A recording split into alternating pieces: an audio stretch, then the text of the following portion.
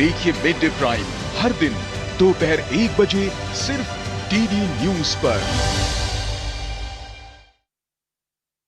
Decode presented by KEI wires and cables, विकसित भारत का विकसित वायर, को powered by Mongia steel, steel का बादशाह, इन एसोसिएशन विद चले ज्यादा और पैसे बचाए, इसीलिए अब से जो धोए वो धो डाला। सभी पशुपालकों की पसंद, देश का नंबर 1 कपिला पशु आहार। JK tyre, total control.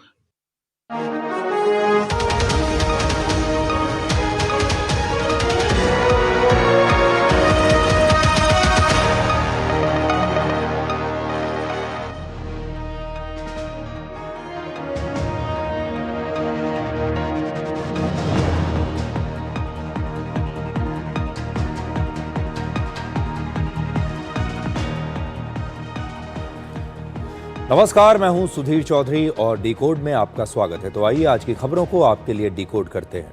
आज हम सबसे पहले आपको बिहार में तेजस्वी यादव का घोषणा पत्र दिखाएंगे, जिसे उन्होंने तेजस्वी प्रण का नाम दिया है।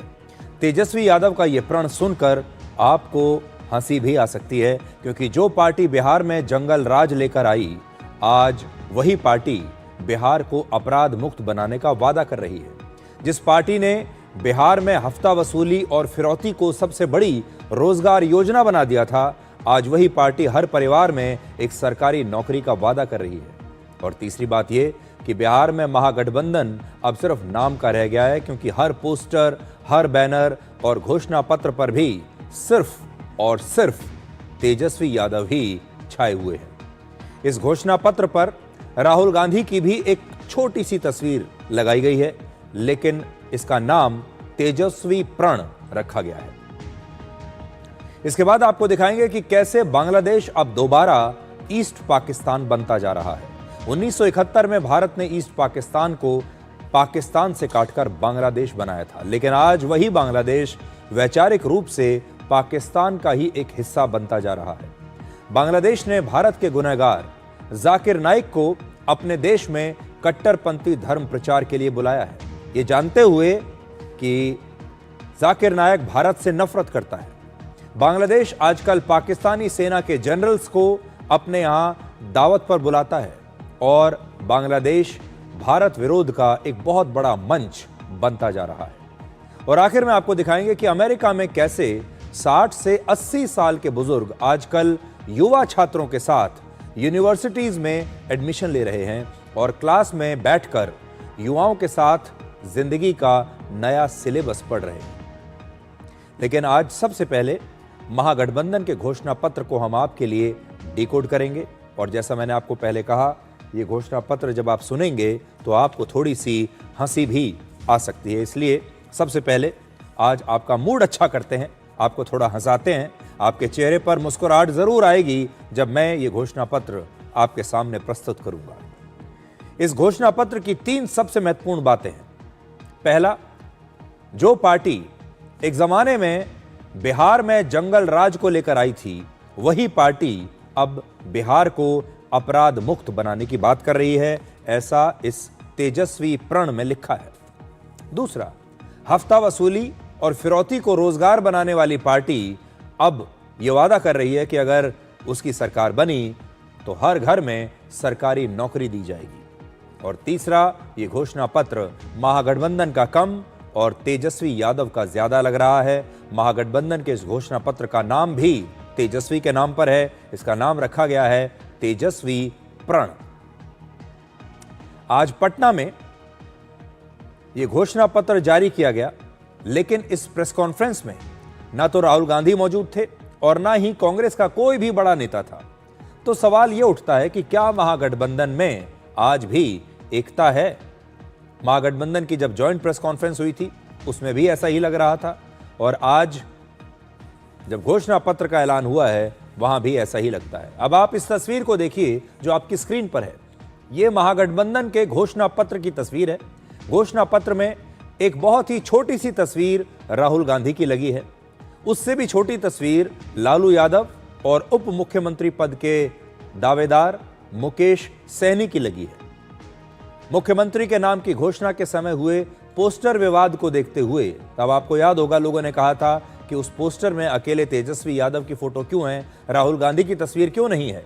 तो आज उस विवाद को देखते हुए तेजस्वी यादव ने राहुल गांधी का एक थोड़ा सा सम्मान जरूर किया है और इस बार राहुल गांधी की एक छोटी सी तस्वीर लगा दी गई है। राहुल गांधी को उम्मीद है अपनी ये तस्वीर जरूर पसंद आएगी। इस संकल्प पत्र में सबसे छोटी तस्वीरें महागठबंधन के दूसरे नेताओं की हैं, जैसे सोनिया गांधी और मल्लिकार्जुन खड़गे। यानी अब बिहार में महागठबंधन का मतलब है सिर्फ और सिर्फ तेजस्वी यादव, और इसीलिए इस घोषणा पत्र का नाम भी रखा गया है तेजस्वी प्रण। देखिए, मैं भी अपने साथ ये लेकर आया हूं, आप स्क्रीन पर आप देख सकते हैं, और इसमें आपको सिर्फ तेजस्वी यादव नजर आएंगे। तेजस्वी यादव की बड़ी सी तस्वीर, इसमें लिखा है बिहार का तेजस्वी प्रण। यानी ये जो प्रण है ये महागठबंधन का नहीं है, ये तेजस्वी यादव का प्रण है। और तेजस्वी यादव के बाद अगर आप देखेंगे यहां पर एक छोटी सी तस्वीर है राहुल गांधी की, और उसके बाद उससे भी ज्यादा छोटी तस्वीरें हैं बाकी के नेताओं की। असल में ये जो बाकी की तस्वीरें हैं ये इतनी छोटी हैं कि इन्हें देखने के लिए शायद आपको एक मैग्नीफाइंग लेंस देखना पड़ेगा। मैं तो इनमें से बहुत सारी तस्वीरों को पहचान भी नहीं पा रहा हूं, क्योंकि इतनी छोटी छोटी तस्वीरें इसमें लगाई गई हैं। इससे आप समझ सकते हैं कि इस महागठबंधन का जो असली चेहरा है वो कौन है, इस पर नाम किसका है। 32 पेज के इस घोषणा पत्र में तेजस्वी यादव ने बिहार की जनता से वादा किया है कि अगर उनकी सरकार बनी तो अपराध के प्रति जीरो टॉलरेंस की नीति अपनाई जाएगी, यानी बिहार को अपराध मुक्त बना दिया जाएगा। अब आप हंस सकते हैं। हालांकि तेजस्वी यादव के पिता लालू यादव के ही शासनकाल में बिहार में जंगल राज आया था। ऐसा कहा जाता है कि बिहार में जंगल राज का जो परिचय था वो उन्होंने ही करवाया था लोगों से। आज वही पार्टी 2025 में आकर कहती है कि हम बिहार को अपराध मुक्त बना देंगे और अपराध के प्रति हमारी जीरो टॉलरेंस रहेगी। आपको याद होगा ये वही पार्टी है जिसने हफ्ता वसूली और दूसरी चीजों को एक रोजगार योजना बना दिया था, फिरौती को रोजगार योजना बना दिया था। आज वही पार्टी कहती है कि अब आपको ये फिरौती वगैरह लेने की जरूरत नहीं है, अब आप आराम से हर परिवार में एक सरकारी नौकरी कर सकते हैं। तेजस्वी यादव ने अपने वोट बैंक MY यानी मुस्लिम और यादव समीकरण में मुसलमानों के हितों का इस घोषणा पत्र में विशेष ध्यान रखा है। जैसे वक्फ संशोधन बिल पर रोक लगाने का उन्होंने भरोसा किया है, वादा किया है, और उर्दू भाषा को भी बढ़ावा देने की बात इसमें कही गई है। अब आप जानते हैं वो पहले ही कह चुके हैं कि अगर वक्फ उनकी सरकार आई तो वो वक्फ बिल जो है उस कानून को वो वापस निरस्त कर देंगे। अब मैं थोड़ा सा आपको पढ़कर बताता हूं। इंडिया गठबंधन की सरकार बनते ही 20 दिनों के अंदर प्रदेश के हर परिवार के एक सदस्य को सरकारी नौकरी देने का अधिनियम लाया जाएगा और हमारी सरकार युवाओं को नौकरी देने के अपने संकल्प पर अमल करते हुए 20 महीने के अंदर नौकरी प्रदान करने की प्रक्रिया प्रारंभ कर देंगे, ऐसा उन्होंने कहा है। और सभी जीविका CM दीदियों को यानी कम्युनिटी मोबिलाइजर दीदियों को स्थायी कर दिया जाएगा, सरकारी कर्मचारी का दर्जा दिया जाएगा, उनका वेतन 30,000 रुपए प्रति माह कर दिया जाएगा।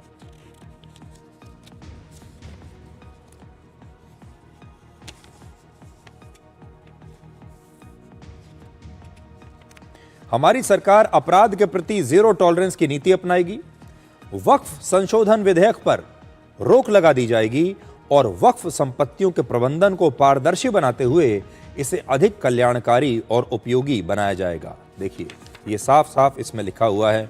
और किसानों को खेती के लिए प्रतिदिन 18 घंटे निःशुल्क बिजली उपलब्ध कराई जाएगी। जब आरजेडी की पिछली बार सरकार थी तो ऐसे आरोप लगते हैं कि राज्य में बिजली ही नहीं आती थी, लेकिन आज वही पार्टी कह रही है कि किसानों को 18 घंटे मुफ्त बिजली दी जाएगी। तेजस्वी यादव के इस घोषणा पत्र में कई विरोधाभास हैं और आज हम आपको उनके बारे में बताएंगे, लेकिन पहले सुनिए इस घोषणा पत्र को लेकर कैसे अब नई राजनीति शुरू हो गई है। मैं आग्रह करूंगा सभी मंचस्थ नेतागण से कि वे घोषणा पत्र को निर्गत करें।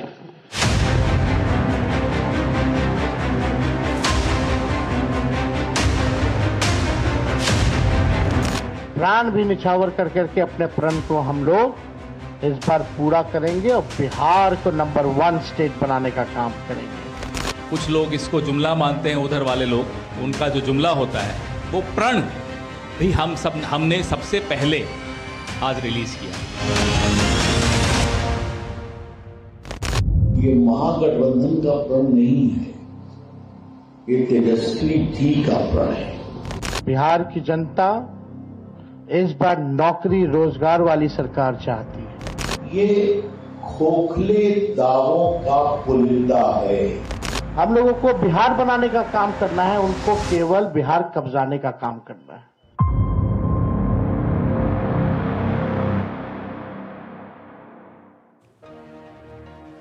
अब देखिए, आपको 2 तस्वीरें दिखाते हैं जो अभी आपकी स्क्रीन पर आएंगी। एक तस्वीर है 23 अक्टूबर 2025 की और दूसरी तस्वीर है 28 अक्टूबर 2025 की। आपको याद होगा जब प्रेस वार्ता की गई थी, जॉइंट प्रेस कॉन्फ्रेंस की गई थी महागठबंधन की, उसमें सिर्फ और सिर्फ तेजस्वी यादव की तस्वीर थी। और ये बात हमने उस दिन रात को अपने शो डिकोड में भी कही थी कि तेजस्वी यादव को राहुल गांधी का सम्मान करना चाहिए था, बाकी नेताओं का भी सम्मान करना चाहिए था। ये सिर्फ एक चेहरे के साथ महागठबंधन की प्रेस कॉन्फ्रेंस कैसे हो सकती है। इसलिए आज उन्होंने एक मामूली सा भूल सुधार किया है। आज फोटो तो उन्होंने अपनी लगाई है बड़ी सी, लेकिन साथ ही बाकी के गठबंधन के नेताओं की भी कुछ छोटी छोटी तस्वीरें आज तेजस्वी यादव ने लगाई हैं जो आपकी स्क्रीन पर आज हैं। अब हम कह नहीं सकते कि कांग्रेस के नेताओं को अपनी ये छोटी छोटी तस्वीरें बड़ी सी तेजस्वी यादव की तस्वीर के सामने कैसी लगेंगी।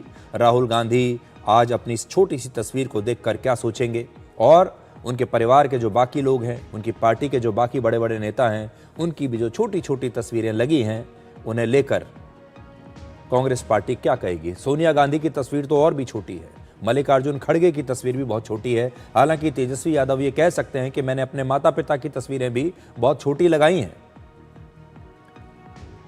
आप ये देख लीजिए, ये सारी तस्वीरें कौन कौन सी लगी है। अब आपको तेजस्वी यादव के इस घोषणा पत्र के कुछ विरोधाभासों के बारे में बताते हैं। इसमें वादा किया गया है कि किसानों को 18 घंटे मुफ्त बिजली दी जाएगी, जबकि आज भी बिहार के लोगों को याद है कि लालू और राबड़ी देवी के शासन के समय चुनिंदा शहरों में सिर्फ कुछ घंटों के लिए ही बिजली आया करती थी, वो भी बहुत चुनिंदा शहरों में। तब लोग बिजली के लिए तरसते थे और 24 घंटे बिजली के बारे में अगर किसी से बात कर लें तो लोगों को लगता था कि तो चमत्कार है, ऐसा कभी हो ही नहीं सकता। और आज भी जब 18 घंटे मुफ्त बिजली की बात देने की बात हो रही है, तेजस्वी यादव ये कह रहे हैं, तब भी आरजेडी का जो चुनाव चिन्ह है वो है लालटेन। एक जमाने में लालू यादव बड़ी शान से अपने इस चुनाव चिन्ह की उपयोगिता बताया करते थे और इसीलिए ये चुनाव चिन्ह जो है लालटेन रखा गया था। लेकिन आज 2025 में जब स्मार्टफोन का युग है, इंटरनेट का युग है, सोलर पावर का युग है, आज भी इस पार्टी का जो चुनाव चिन्ह है वो लालटेन ही है। इसलिए आज हम ये कहना चाहेंगे कि अगर वादे इतने बड़े बड़े कर रहे हैं तेजस्वी यादव, बातें इतनी बड़ी बड़ी हो रही हैं भविष्य की, तो फिर उन्हें सबसे पहले तो अपने चुनाव चिन्ह को बदलना होगा और लालटेन से इसे कुछ और बताना होगा, क्योंकि आज के ज़माने में लोग लालटेन से बिल्कुल कनेक्ट नहीं करेंगे। आपके जो आजकल के जो नए बच्चे आ रहे हैं उन्हें तो याद भी नहीं होगा कि लालटेन क्या होती है। इस घोषणा पत्र में पूरे बिहार में 100 कॉलेज और 100 स्कूल खोलने का वादा किया गया है। इसके अलावा बिहार के छात्रों से कई और वादे किए गए हैं, जबकि बिहार में पढ़ाई का चरवाहा मॉडल लालू यादव के समय शुरू हुआ था, जिसके बाद देश भर में बिहार की शिक्षा व्यवस्था का मजाक उड़ाया जाने लगा था इस चरवाहा मॉडल को देखकर। हालांकि इस घोषणा पत्र में भ्रष्टाचार कोई बड़ा मुद्दा नहीं है और अब भ्रष्टाचार के मुद्दे पर बीजेपी तेजस्वी यादव की आलोचना कर रही है, क्योंकि बीजेपी का जो सबसे बड़ा शस्त्र है आरजेडी के खिलाफ वो है भ्रष्टाचार, वो है घोटाला, वो है चारा घोटाला और वो है जंगल राज। जो अधिकारी अमित शाह से मिलकर के गड़बड़ करेगा, सरकार आने के बाद इतनी कड़ी सजा मिलेगी कि कभी सोच नहीं सकते कि क्या सजा मिलेगी उनको। इसलिए अगर कोई बेईमान भ्रष्ट अधिकारी अगर चुनाव में बेईमानी करेगा तो बताओ सजा मिलना चाहिए नहीं मिलना चाहिए? जो वोट चोरी करवाएगा उसको सजा मिलनी चाहिए कि नहीं मिलनी चाहिए? एक बार जनता तैयार है ना सजा देने के लिए? छोड़ा नहीं जाएगा, बेईमानी नहीं होगा। अभी भी हमारी सलाह है भ्रष्ट अधिकारियों, बेईमानी की भी दिमाग में मत लाना। सजा ऐसी होगी कि आपको 7 जन्म याद आएगी।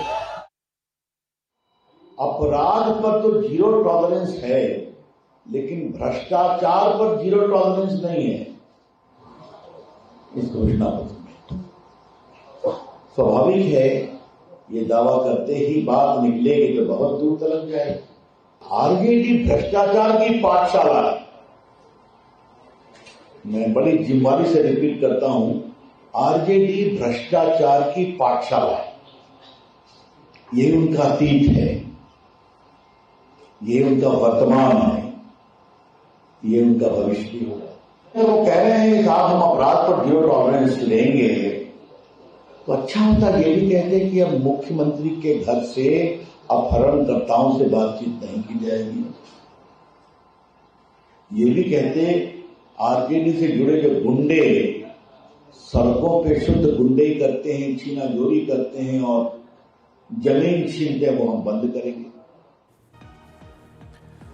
तो बिहार में तेजस्वी यादव और राहुल गांधी दोनों ने ही SIR को एक बहुत बड़ा मुद्दा बनाया था और कहा था कि बिहार में वोटों की चोरी हो रही है। देश के 12 राज्यों में आज से SIR शुरू हो गया है। विपक्ष के नेताओं के लिए एक और नई बुरी खबर आज आ गई है। लेकिन आज हम बहुत संक्षिप्त में कुछ आंकड़ों के जरिए आपको ये बताएंगे कि आने वाले चुनाव में वोटर लिस्ट की ये सफाई कितना बड़ा असर चुनाव के नतीजों पर डाल सकती है। जरा आंकड़ों को ध्यान से देखिएगा। बिहार में 7.5 करोड़ वोटर्स हैं और वहां पर SIR के बाद 47 लाख वोटर अवैध पाए गए, यानी 47 लाख वोट वहां पर कम हो गए। यह बिहार के कुल वोटर्स का 6% है। यह आप स्क्रीन पर देख लीजिए, 7.5 करोड़ वोटर्स हैं।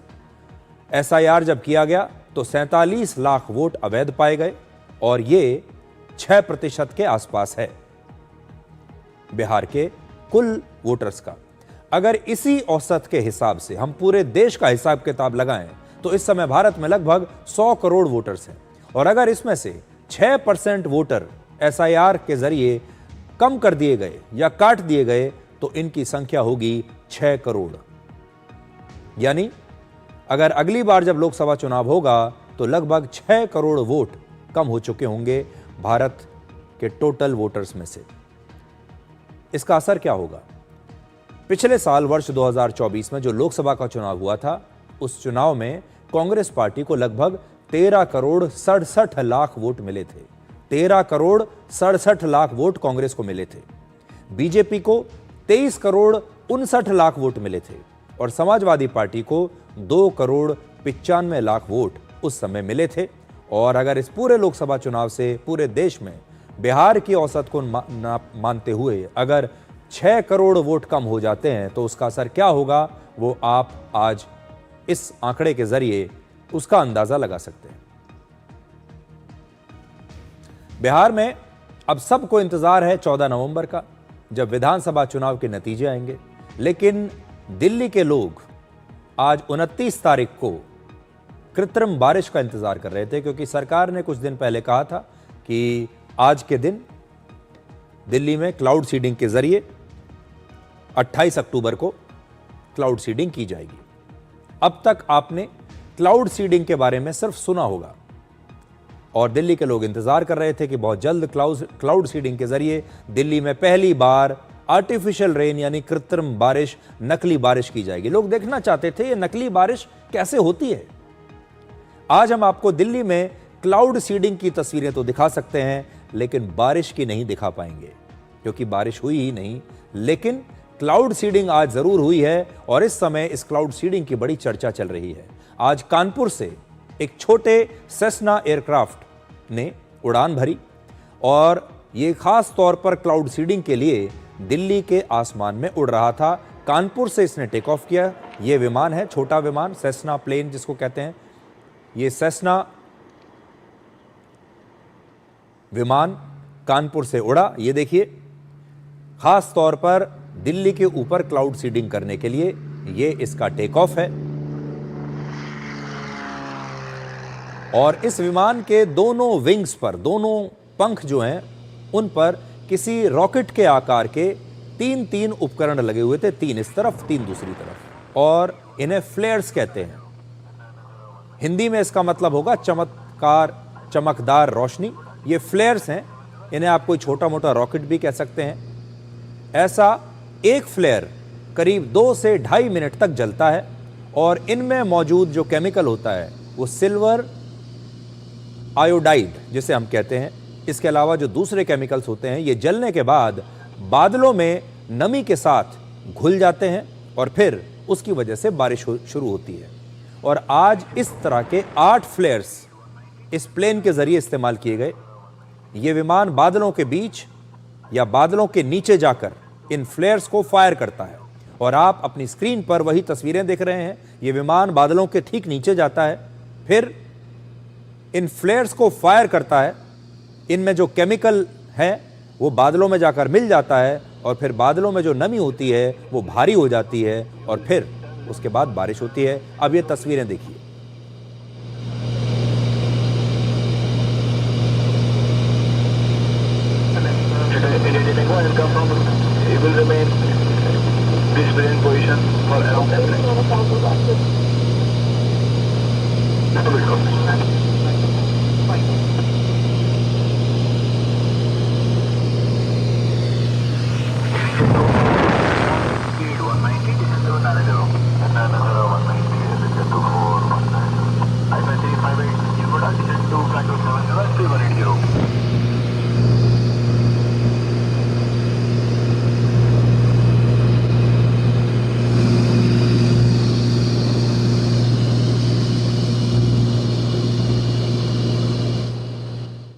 तो ये है क्लाउड सीडिंग जिसकी बड़ी चर्चा हो रही थी। लोग बड़े बेचैन थे देखने के लिए कि क्लाउड सीडिंग कैसे होती है।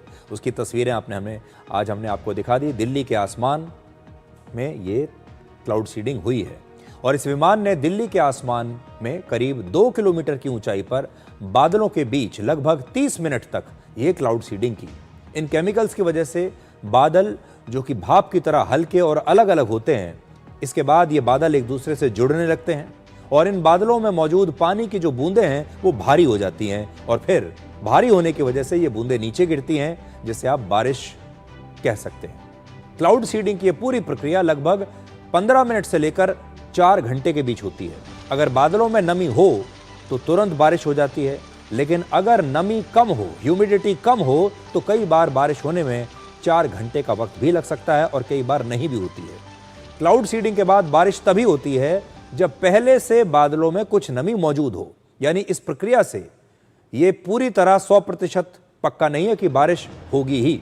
इस प्रक्रिया से बारिश नहीं होती, बल्कि ये बादलों पर बारिश के लिए एक दबाव बनाती है प्रक्रिया। और बारिश होने के लिए बादलों में कम से कम 50% ह्यूमिडिटी यानी नमी होनी चाहिए। लेकिन आज दिल्ली के ऊपर बादलों में सिर्फ 15 से 20% की ह्यूमिडिटी यानी नमी मौजूद थी। दिल्ली के कई इलाके जैसे बुराड़ी, मयूर विहार और करोल बाग सहित 5 इलाकों में दोपहर 3 बजे के करीब क्लाउड सीडिंग का यह दूसरा ट्रायल किया गया और 23 अक्टूबर को दिल्ली में क्लाउड सीडिंग का पहला ट्रायल किया गया था जो सफल रहा था। आज ही क्लाउड सीडिंग का तीसरा ट्रायल भी किया गया है और आने वाले समय में ऐसे 9 से 10 ट्रायल किए जाएंगे। ये पूरा प्रोजेक्ट IIT कानपुर की मदद से किया जा रहा है। और अब आप दिल्ली के पर्यावरण मंत्री मनजिंदर सिंह सिरसा को सुनिए, जो आज के दोनों ट्रायल्स और इसके नतीजों के बारे में आपको बताएंगे। ऐसा मानना है कि हमें हर तरह की ट्रायल हम कर रहे हैं कि कितने मॉइस्चर के अंदर ये हम कर पाएंगे, क्योंकि अभी जो इससे पहले ट्रायल हुई थी तो 15 से 20% माना जा रहा था कि मॉइस्चर था बादलों में, जो कि बहुत कम नमी थी। इसके अंदर अगर हम कामयाबी हासिल करते तो ये अपने आप में एक ऐतिहासिक कामयाबी होगी। IIT कानपुर काफी बड़े स्तर पर सैंपल्स को इकट्ठा कर रहा है, उनकी ग्राउंड में टीम्स भी काम कर रही हैं। दूसरी क्राउड सीडिंग के लिए भी, ये जो पहली क्राउड सीडिंग थी ये मेरठ से चलकर और करोलबाग तक के आसपास के एरिया में, डाउन ऑफ द करोलबाग तक गई थी, बुराड़ी इलाके के अंदर भी, और ये हमारा जो पीछे का एरिया जितना है इसके अंदर वो करके गए थे। तो आज दिल्ली का जो AQI है ये 294 है, 294, जिसे आप खराब श्रेणी में कह सकते हैं। और अगर कृत्रिम बारिश हो जाए तो इस बढ़ते प्रदूषण से दिल्ली के लोगों को कुछ समय के लिए राहत जरूर मिल सकती है। दिल्ली की सरकार ने कहा था कि 29 अक्टूबर यानी कल क्लाउड सीडिंग कराई जाएगी, लेकिन आज यानी उससे एक दिन पहले ही इस क्लाउड सीडिंग का 2 बार ट्रायल किया गया है, जिसकी तस्वीरें हमने आपको दिखाई है। अब हम आपको खबर दिखाएंगे आत्मनिर्भर भारत की एक नई उड़ान के बारे में। ये तो एक उड़ान आपने देखी जो क्लाउड सीडिंग की उड़ान थी, लेकिन भारत एक और नई उड़ान पर निकल चुका है। भारत में पहली बार दुनिया का सबसे सस्ता यात्री विमान बनाने की तैयारी शुरू हो चुकी है। भारत की हिंदुस्तान एरोनॉटिक्स लिमिटेड यानी HAL ने रशिया के यूनाइटेड एयरक्राफ्ट कॉरपोरेशन के साथ मिलकर 27 अक्टूबर को एक समझौता किया है। यह समझौता मॉस्को में हुआ और इसके बाद HAL एक पैसेंजर जेट प्लेन अपने ही देश में बनाएगा जिसका नाम होगा SJ-100 और इसे सुपर जेट भी कहते हैं।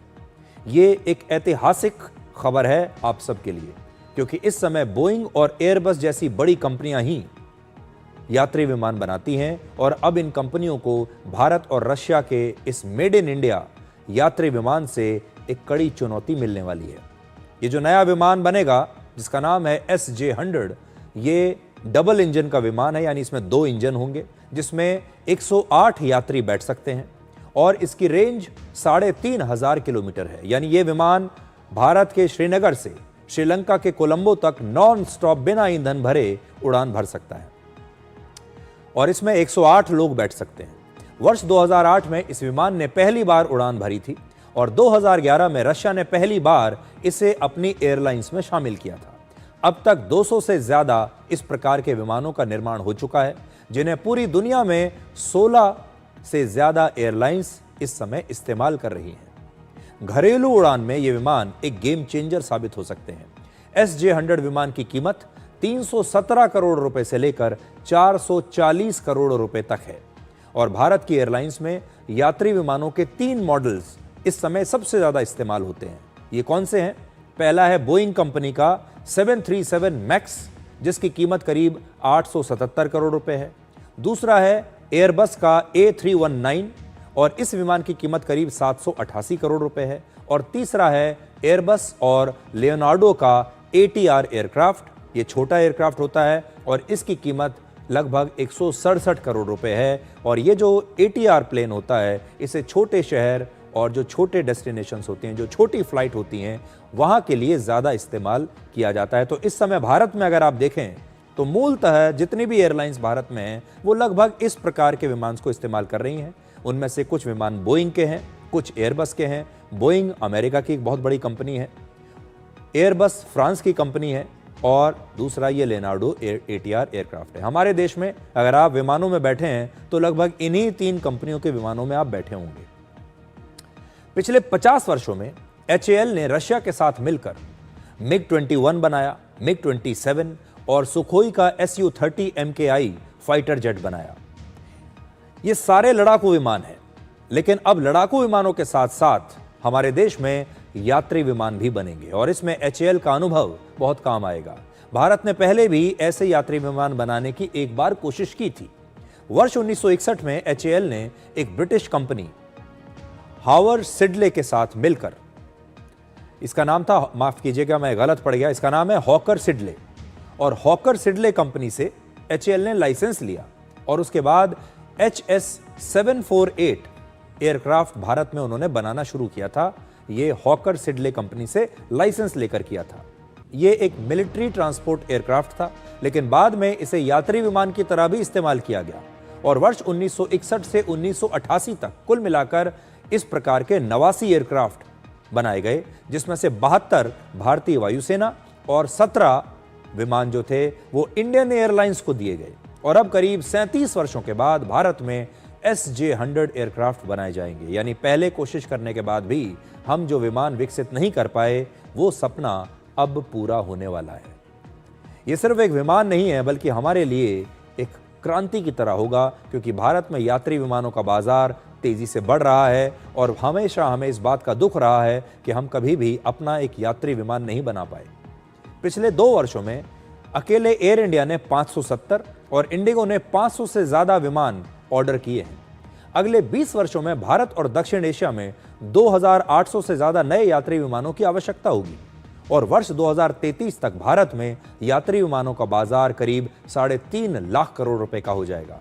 इस समय दुनिया की 55% से ज्यादा उड़ानें जो हैं वो ऐसी लो कॉस्ट एयरलाइंस चला रही हैं जिन्हें सस्ते, हल्के और कम मेंटेनेंस वाले विमान चाहिए।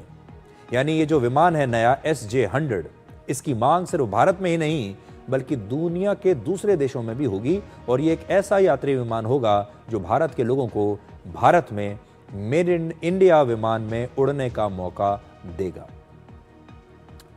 अब आपको रशिया की इस कंपनी जिसका नाम है यूनाइटेड एयरक्राफ्ट कॉरपोरेशन, इसके बारे में कुछ जानकारी देते हैं। यह कंपनी रशिया में विमान बनाने वाली सबसे बड़ी कंपनी है। वर्ष 2006 में रशिया की कई कंपनियों को मिलाकर UAC का निर्माण किया गया और तब से यह कंपनी यात्री विमान और फाइटर जेट्स दोनों को बनाती है। भारतीय वायुसेना का सुखोई 30 MKI फाइटर जेट इस कंपनी का सबसे सफल फाइटर जेट है। दुनिया भर में इस मॉडल के 1200 से ज्यादा एयरक्राफ्ट बनाए गए हैं और यात्री विमानों में SJ-100 इस कंपनी का सबसे सफल विमान है। इसके साथ ही रशिया के 5वीं पीढ़ी के लड़ाकू विमान को भी UAC ही बनाती है और इस 5वीं पीढ़ी के लड़ाकू विमान का नाम है सुखोई 57 Su-57। इसके बारे में भी आपने बहुत सुना होगा और बहुत पढ़ा होगा। ये विमान भी यही कंपनी बनाती है और अब Su-57 को बनाने वाली कंपनी के साथ HAL का एक समझौता हो गया है और ये दोनों कंपनियां मिलकर अब भारत में पहली बार ये नया यात्री विमान बनाएंगी। तो हो सकता है आज से कुछ वर्षों के बाद आप भारत में ही निर्मित एक यात्री विमान में बैठकर अपनी मंजिल तक जाएंगे। अब मेड इन इंडिया के बाद बात करते हैं मेड इन भारत नाम की, जिसमें ऐतिहासिक गलतियों को सुधारा जा रहा है। आज के विश्लेषण की शुरुआत एक ही शहर के 2 नामों से करते हैं। एक नाम है फैजाबाद और दूसरा नाम है अयोध्या। जब आप फैजाबाद सुनते हैं तो सबसे पहले ध्यान आता है कि एक ऐसा शहर होगा जिसे किसी मुस्लिम शासक ने बसाया होगा। लेकिन जब आप अयोध्या का नाम सुनते हैं तो तुरंत याद आता है कि ये वही स्थान है जहां भगवान श्री राम का जन्म हुआ था। यानी एक ही इलाके के 2 अलग अलग नामों से जुड़ी 2 अलग अलग भावनाएं हैं। आपको फैजाबाद में कभी श्री राम की भावना नहीं आ सकती। दरअसल नाम किसी जगह की सिर्फ जानकारी नहीं देते बल्कि वो उस जगह की पहचान, उसकी सभ्यता और संस्कृति का प्रतीक होते हैं। अब आपको उत्तर प्रदेश के एक और गांव के बारे में बताते हैं जिसका नाम अब बदला जा रहा है और इस गांव का नाम है मुस्तफाबाद, जिसे अब बदलकर कबीर धाम कर दिया जाएगा। यह मुस्तफाबाद जो नाम आप देख रहे हैं हिंदी में लिखा है, अंग्रेजी में लिखा है, उर्दू में लिखा है, लेकिन अब इसका नाम होगा कबीर धाम। उत्तर प्रदेश के मुख्यमंत्री योगी आदित्यनाथ ने यह नाम बदलने की घोषणा की है और मुस्तफाबाद उत्तर प्रदेश के लखीमपुर जिले का एक गांव है। सबसे दिलचस्प बात यह है कि 2011 की जनगणना के अनुसार इस गांव की आबादी लगभग 500 के आसपास थी। बड़ा छोटा सा गांव है और यहां रहने वाले सभी लोग हिंदू धर्म के लोग हैं। आजादी के बाद से इस गांव के लोगों ने न जाने कितनी सरकारों से न जाने कितनी बार इस गांव का नाम बदलने की अपील की। लोगों का कहना है कि पिछले कई दशकों से वो हिंदू होते हुए भी एक मुस्लिम नाम की पहचान के साथ जिंदगी गुजार रहे थे। इस समय हमारे देश में ऐसे सैकड़ों गांव और शहर हैं जिनका नाम मुस्लिम हमलावरों ने बदल दिया था, अपने हिसाब से रख दिया था। जैसे ये जो गांव है इसमें रहने वाले सारे लोग हिंदू हैं लेकिन नाम मुस्लिम है। नाम बदलने की घोषणा करते हुए मुख्यमंत्री योगी आदित्यनाथ ने कहा कि नाम बदलकर पहचान खत्म करके अस्तित्व मिटाने की साजिश की गई थी। भारत का अस्तित्व मिटाने की, भारत की संस्कृति को मिटाने की यह साजिश थी, जिसे अब ठीक किया जा रहा है। मैं जब यहां पर आया तो मैंने इस गांव के बारे में पूछा, मुझे बताया गया गांव का नाम है मुस्तफाबाद।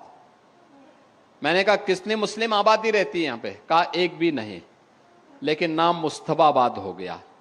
हमने कहा भाई अब ये नाम बदलना चाहिए, मुस्तफाबाद ने कबीर धाम इसका नाम रख दो। हम प्रस्ताव मंगाएंगे, यहां से प्रस्ताव मंगा करके इस कार्यक्रम को आगे बढ़ा देंगे। आप सोचो, आपकी पहचान को समाप्त कर दिया जाए, आपके सामने अस्तित्व का संकट खड़ा हो जाएगा। ये जो पहचान थी, यह भी अस्तित्व के से जूझते हुए समाज के लिए उसी प्रकार के षड्यंत्र का हिस्सा था।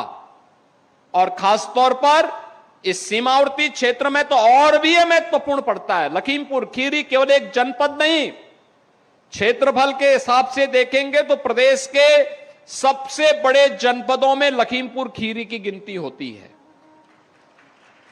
सीमावर्ती जनपद भी है, और तब भी इस प्रकार की शरारत करने से लोग बाज नहीं आए। यानी यहां पर भी नाम में भी सेकुलर, ये सेकुलर नहीं, ये पाखंड है, और इस पाखंड से मुक्ति आज के समय में आवश्यक है। आजादी से पहले हमारा देश करीब 800 वर्षों तक गुलाम रहा। हमारे देश पर दूसरे धर्म के लोगों ने शासन किया, और भारत की पहचान को मिटाने के लिए उन्होंने बहुत सारे स्थानों के नाम बदल दिए, शहरों के नाम बदल दिए। जरा कुछ आंकड़ों पर गौर कीजिए। इस समय हमारे देश में 700 से ज्यादा शहरों और गांवों के नाम 6 मुगल शासकों के नाम पर हैं, और इसमें 177 नाम तो सिर्फ औरंगजेब पर है। महाराष्ट्र में करीब आज भी 80 ऐसे शहर और गांव हैं जिनका नाम मुगल या दूसरे मुस्लिम शासकों के नाम पर है।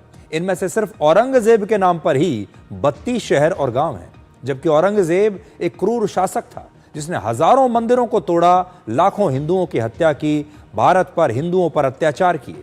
लेकिन आज भी औरंगजेब हमारे देश के कई शहरों और गांवों की पहचान बना हुआ है। समझ नहीं आता क्यों आज हम औरंगजेब को क्यों याद करें? अपने देश में किसी शहर या गांव का नाम उसके ऊपर क्यों रखें? दिल्ली में वर्ष 2015 में औरंगजेब रोड का नाम बदलकर एपीजे अब्दुल कलाम रोड कर दिया गया था। तब इस गलती का एहसास हुआ था। लेकिन सोचिए, भारत की राजधानी में भी कुछ वर्षों पहले तक औरंगजेब रोड के नाम पर एक सड़क थी, और ये वो सड़क है जो दिल्ली के एक बहुत महत्वपूर्ण इलाके में है। ये वो इलाका है जो संसद भवन से बहुत करीब है, सुप्रीम कोर्ट से बहुत करीब है, जहां बड़े बड़े मंत्री रहते हैं, बड़े बड़े सांसद रहते हैं, बड़े बड़े जज रहते हैं। उस इलाके में ये रोड हुआ करती थी, औरंगजेब रोड। लेकिन किसी ने कभी नहीं सोचा कि आज़ाद भारत में, आज़ाद भारत की राजधानी के सबसे महत्वपूर्ण हिस्से में औरंगजेब के नाम पर सड़क का क्या मतलब है। ऐतिहासिक दस्तावेजों से पता चलता है कि औरंगजेब ने मथुरा का नाम बदलकर इस्लामाबाद कर दिया था, और वृंदावन का नाम मोमिनाबाद कर दिया था। हालांकि ये नाम तब भी आम लोगों के बीच लोकप्रिय नहीं हो पाए थे। मुगल शासन के बाद हमारे देश में 200 वर्षों तक अंग्रेजों का शासन आया। तो पहले मुगलों ने अपने हिसाब से हमारे देश के गांव और शहरों के नाम बदल दिए। इसके बाद अंग्रेजों ने अपने हिसाब से भारत की कई जगहों के नाम अंग्रेजी में रखे, अपने बड़े बड़े नेताओं के नाम पर रख दिए, अपने अधिकारियों के नाम पर रख दिए, राजाओं के नाम पर रख दिए, रानियों के नाम पर रख दिए। अंग्रेजी में नाम रखे जो रखे गए, उसमें से कुछ उदाहरण देखिए। हिमाचल प्रदेश में डलहौजी का नाम गवर्नर जनरल लॉर्ड डलहौजी के नाम पर रखा गया। तमिलनाडु में वेलिंगटन, राजस्थान में माउंट आबू, दिल्ली में कनॉट प्लेस, चेन्नई में जॉर्ज टाउन जैसे नाम आपने सुने होंगे, पढ़े होंगे। जॉर्ज टाउन का नाम तो किंग जॉर्ज तृतीय के नाम पर रखा गया था। तो ये सारी बातें तो आज़ादी से पहले की हैं। पहले मुगलों ने अपने हिसाब से नाम रखे, जो मुस्लिम आक्रमणकारी थे उन्होंने हमारे देश की पहचान को बदल दिया। फिर अंग्रेज आए, उन्होंने अपने हिसाब से अंग्रेजी नाम रखने शुरू किए, अपने राजा रानी के नाम पर, अपने बड़े बड़े अधिकारियों के नाम पर हमारे देश के स्थानों के नाम रख दिए। दिल्ली में कनॉट प्लेस तो आपको याद ही होगा। इस तरह के बहुत सारी जगहें हैं। लेकिन जब हम आज़ाद हो गए उसके बाद हमने क्या किया? क्या आज़ाद होने के बाद हमने कुछ किया? अब देखिए हमने क्या किया। जब भारत आज़ाद हुआ उसके बाद हमारे देश में सबसे ज़्यादा जो नाम हैं सार्वजनिक स्थानों के, शिक्षण संस्थाओं के, योजनाओं के, एयरपोर्ट्स के, अवार्ड्स के, स्टेडियम्स के, पार्क और सड़कों के, वो गांधी परिवार के नाम पर रखे गए।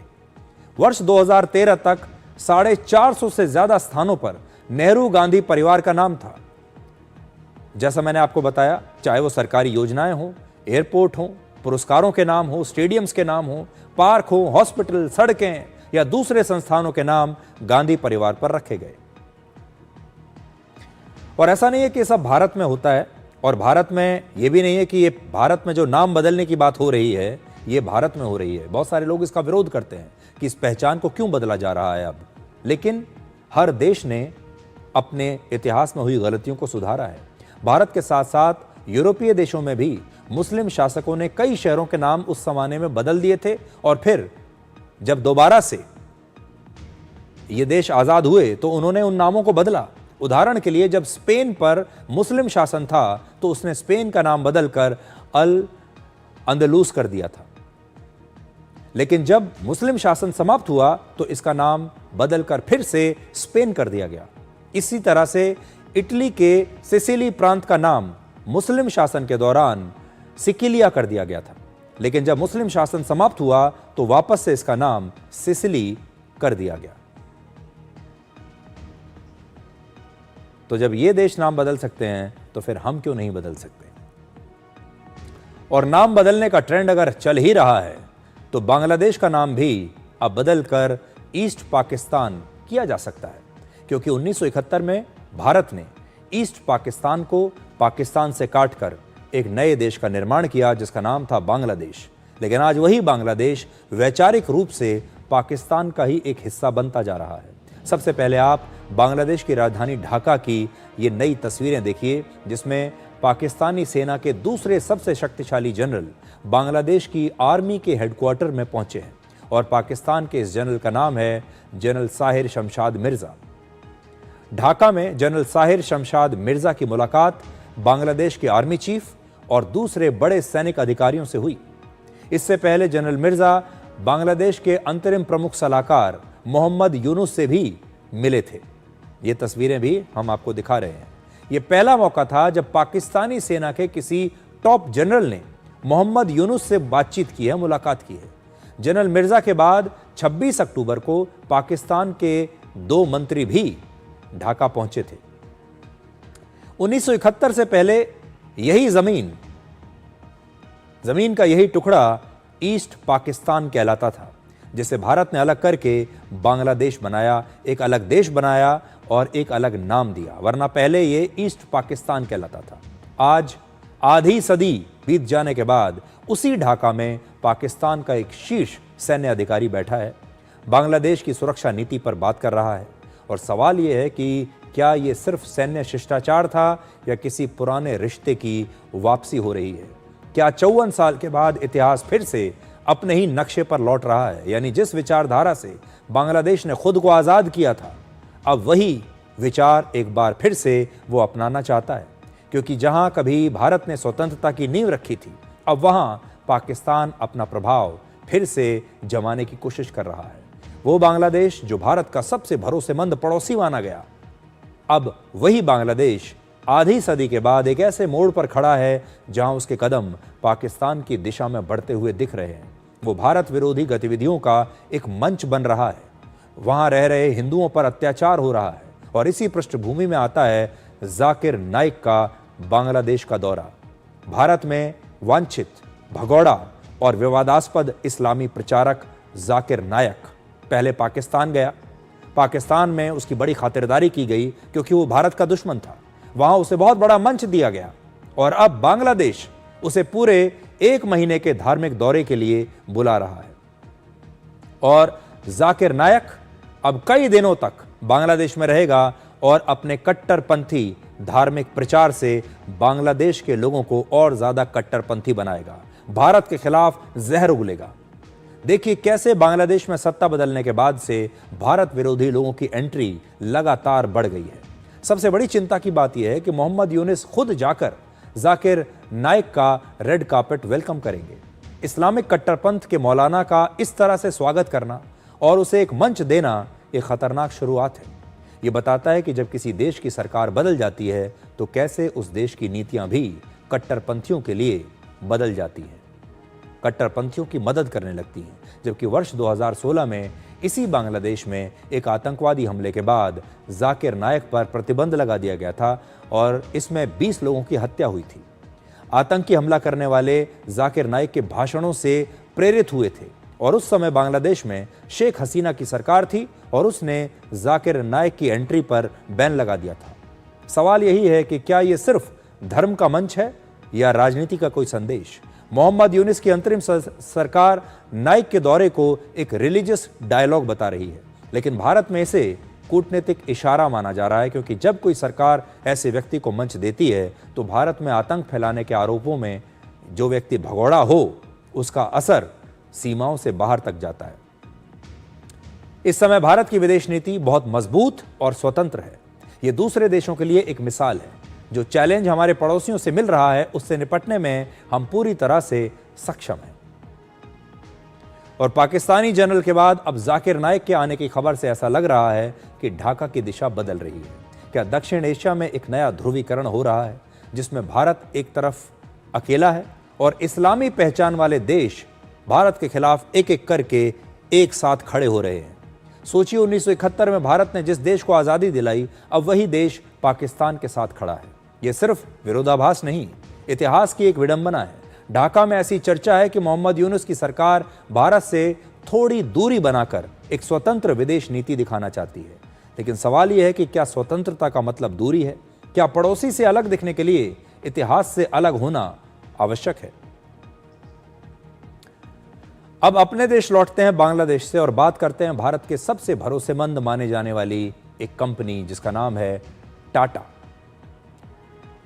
भारत के सबसे बड़े और पुराने बिजनेस ग्रुप टाटा ग्रुप में विवाद और बढ़ सकता है। आज की बड़ी खबर यह है कि रतन टाटा के करीबी रहे मेहली मिस्त्री को अब टाटा ग्रुप से निकाला जा सकता है। ऐसा लगता है कि अक्टूबर का महीना टाटा ग्रुप के लिए अस्थिरता का महीना बन गया है। वर्ष 2016 में साइरस मिस्त्री को टाटा ग्रुप से निकाल दिया गया था और उसके 9 साल बाद अब साइरस मिस्त्री के चचेरे भाई मेहली मिस्त्री को भी अब टाटा ट्रस्ट के बोर्ड से निकाला जा सकता है। मेहली मिस्त्री फिलहाल टाटा ट्रस्ट के बोर्ड में एक ट्रस्टी हैं, लेकिन अब बोर्ड में उनके कार्यकाल को बढ़ाने को लेकर मतभेद है। मीडिया में जो रिपोर्ट्स आ रही हैं उनके मुताबिक मेहली मिस्त्री का 3 साल का कार्यकाल खत्म होने के बाद उनके कार्यकाल को बढ़ाने के लिए वोटिंग की गई और टाटा ट्रस्ट के 3 लोगों ने, 3 बोर्ड मेंबर्स ने उनके पक्ष में और 3 ने उनके विपक्ष में वोट किया, यानी नतीजा 3-3 पर बराबर रहा। टाटा ट्रस्ट के नियमों के मुताबिक बोर्ड के किसी सदस्य के नाम पर सबकी सहमति होना आवश्यक है। अब सहमति नहीं होने की वजह से मेहली मिस्त्री को टाटा ट्रस्ट का बोर्ड छोड़ना पड़ सकता है। दरअसल टाटा ट्रस्ट में पिछले 1 महीने से बहुत विवाद चल रहा है और ये 2 गुटों में बंट गया है। एक गुट नोएल टाटा के साथ है और दूसरा मेहली मिस्त्री के साथ। अब देखिए कि ट्रस्ट में जब वोटिंग की गई तो क्या हुआ। टाटा ट्रस्ट में 2 सबसे प्रमुख ट्रस्ट हैं, सर रतन टाटा ट्रस्ट और सर दोराबजी टाटा ट्रस्ट। इन दोनों ट्रस्ट में 8 ट्रस्टी हैं, नोएल टाटा, वेणु श्रीनिवासन, विजय सिंह, दारियस खंबाटा और मेहली मिस्त्री। ये 5 लोग दोनों ट्रस्ट में शामिल हैं। जहांगीर HC जहांगीर और रतन टाटा के भाई Jimmy N Tata Ratan Tata trust में है, सर रतन टाटा ट्रस्ट के हिस्सा है, जबकि प्रमीत जावेरी सर दोराबजी टाटा ट्रस्ट में। वोटिंग में मेहली मिस्त्री के पक्ष में दारियस खंबाटा, प्रमीत जावेरी और जहांगीर HC जहांगीर ने वोट किया, जबकि नोएल टाटा, वेणु श्रीनिवासन और विजय सिंह ने इसके विरोध में वोट किया। अब अगर मेहली मिस्त्री टाटा ट्रस्ट से बाहर जाते हैं तो इसके कई असर हो सकते हैं। मेहली मिस्त्री इस फैसले के खिलाफ कोर्ट जा सकते हैं, जिससे टाटा ग्रुप और मिस्त्री परिवार के बीच विवाद और बढ़ेगा। 2016 में जब साइरस मिस्त्री को टाटा ग्रुप से निकाला गया था, उस समय साइरस मिस्त्री इस फैसले के खिलाफ सुप्रीम कोर्ट तक गए थे। मेहली मिस्त्री के बोर्ड से निकलने के बाद नए सदस्य की नियुक्ति होगी और संभव है कि वो नोएल टाटा के पसंद के हों। ऐसे में टाटा के बोर्ड में नोएल टाटा और ज्यादा मजबूत होंगे और इसकी वजह से टाटा ट्रस्ट के बाकी ट्रस्टीज के बीच भी मतभेद बढ़ सकते हैं और इसका असर टाटा ग्रुप के कामकाज पर पड़ सकता है। हमारे देश की अर्थव्यवस्था में टाटा ग्रुप की भूमिका बहुत बड़ी रही है और इसके साथ एक भरोसा जुड़ा हुआ है। ऐसे में अगर ये विवाद बढ़ता है तो इसका नेगेटिव असर टाटा के ब्रांड पर भी जरूर पड़ेगा। इस पूरे विवाद में दो लोगों की सबसे ज्यादा चर्चा होती है, नोएल टाटा और मेहली मिस्त्री। इन दोनों के बीच ही सबसे ज्यादा विवाद है। नोएल टाटा रतन टाटा के सौतेले भाई हैं। रतन टाटा की मृत्यु के बाद नोएल टाटा टाटा ट्रस्ट के चेयरमैन बने थे। टाटा ट्रस्ट के चेयरमैन बनने से पहले वो टाटा ग्रुप के कई कंपनियों में काम कर चुके हैं। साइरस मिस्त्री के चचेरे भाई हैं मेहली मिस्त्री। साइरस मिस्त्री से जब टाटा ग्रुप का विवाद हुआ उस समय मेहली मिस्त्री ने रतन टाटा का साथ दिया था, अपने भाई का साथ नहीं दिया। मेहली मिस्त्री रतन टाटा के बहुत करीबी थे और टाटा ट्रस्ट के बोर्ड में रतन टाटा ही उन्हें लेकर आए थे। रतन टाटा के जाने के बाद उनकी कंपनी में, उनके बोर्ड में, उनके ट्रस्ट में जो कुछ चल रहा है, इसे देखकर रतन टाटा की जो आत्मा है वो आज बहुत दुखी होती होगी। एक छोटे से ब्रेक के बाद आपको अमेरिका के 60 से 80 साल के उन बुजुर्गों की कहानी सुनाएंगे जो अब यूनिवर्सिटीज में एडमिशन लेकर युवा छात्रों के साथ बैठकर जिंदगी का नया सिलेबस पढ़ रहे हैं।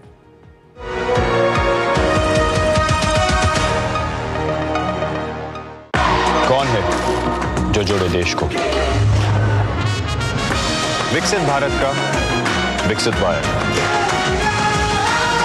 जब हिंदुस्तान मिले हिंदुस्तान से, जय हो विजय हो, राग हो प्रवाह हो, देश हो विदेश हो, जेके हो। Visit your nearest JK Tyre Steel Wheel store today. Goldy मसाले के 100 ग्राम के स्पेशल पैक्स में फ्रेशनेस लॉक है। ऐसे गोल्डी मसाले जहां जाएं रिश्ते बनाएं। कौन है जो जोड़े देश को? विकसित भारत का विकसित वायर।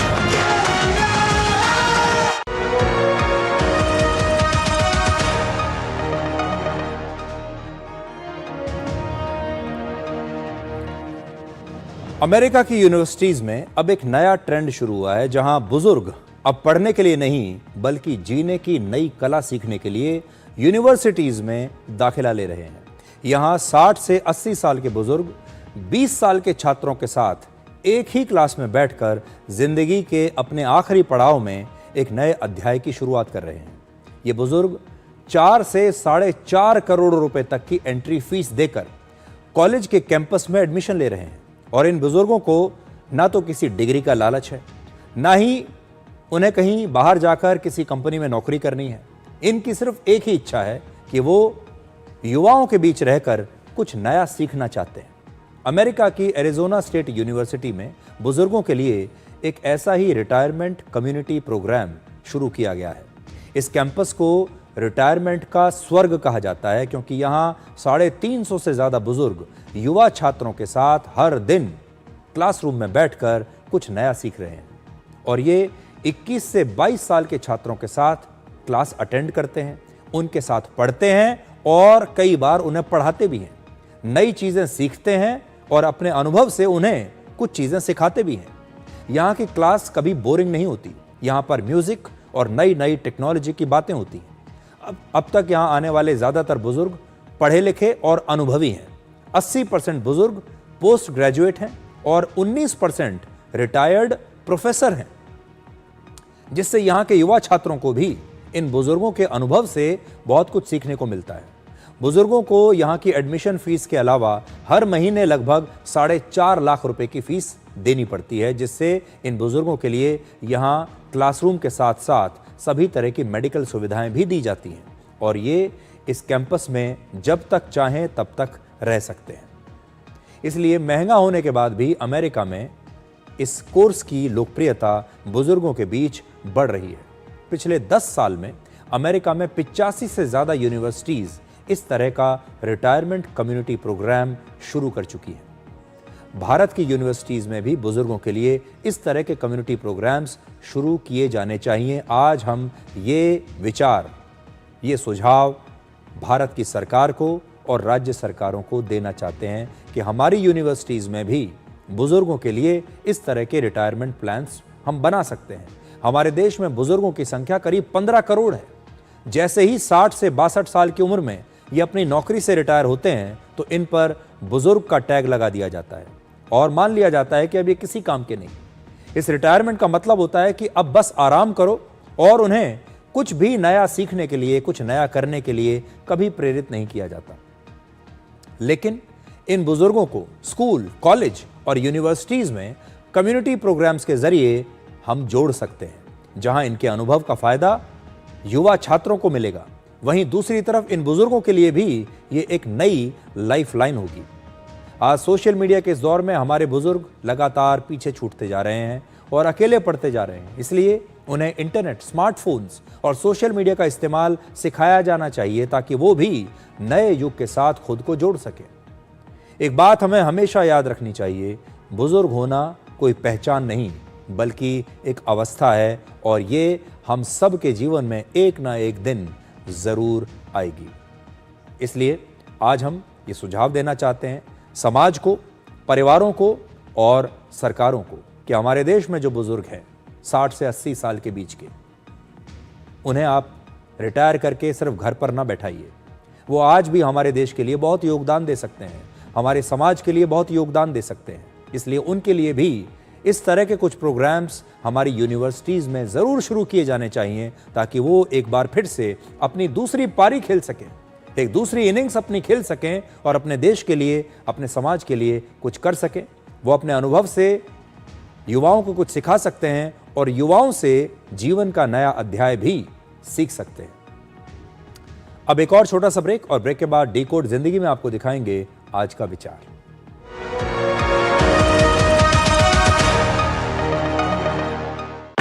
कौन है जो जोड़े देश को? विकसित भारत का विकसित वायर।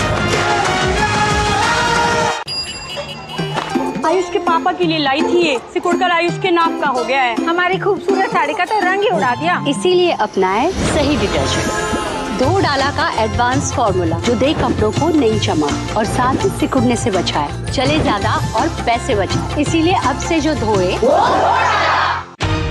इस देश की हर माँ, बच्चे, बूढ़े, जवान, खिलाड़ी, डॉक्टर, इंजीनियर, सबको गाय भैंस की दूध की शक्ति पर भरोसा है। पर जब इन पशुओं को कपिला पशु आहार मिलेगा तभी तो दूध सिर्फ ज्यादा ही नहीं, शक्ति से भरपूर भी होगा। कपिला पशु आहार, देश का नंबर 1 पशु आहार। कौन है जो जोड़े देश को? विकसित भारत का विकसित वायर।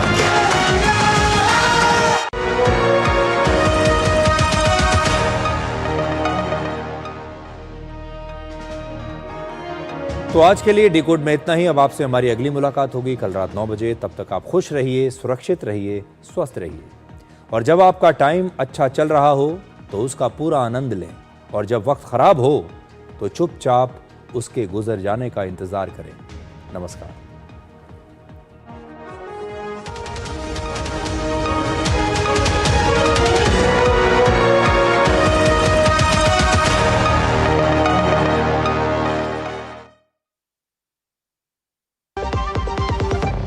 अब आया असली स्वाद। अब आया स्वाद। जब स्वाद के पड़े हो लाले तो MDH का चंकी चाट मसाला डालें। MDH का चंकी चाट मसाला। MDH।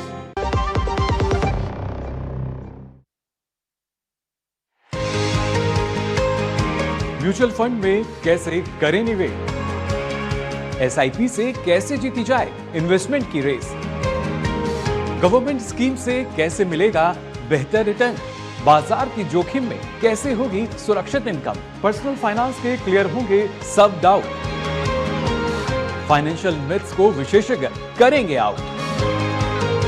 देखिए मनी मंत्र हर शनिवार सुबह 9:30 बजे सिर्फ DD न्यूज पर।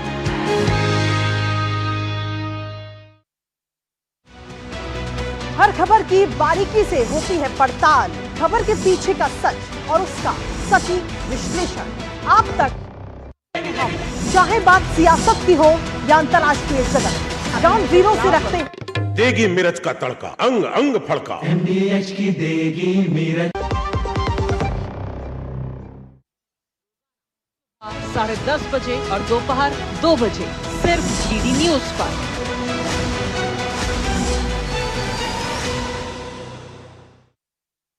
दिन भर की भाग दौड़ में जब छूट जाए,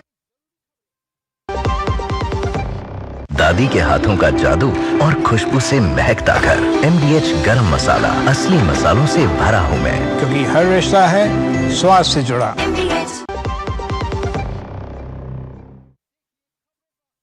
शो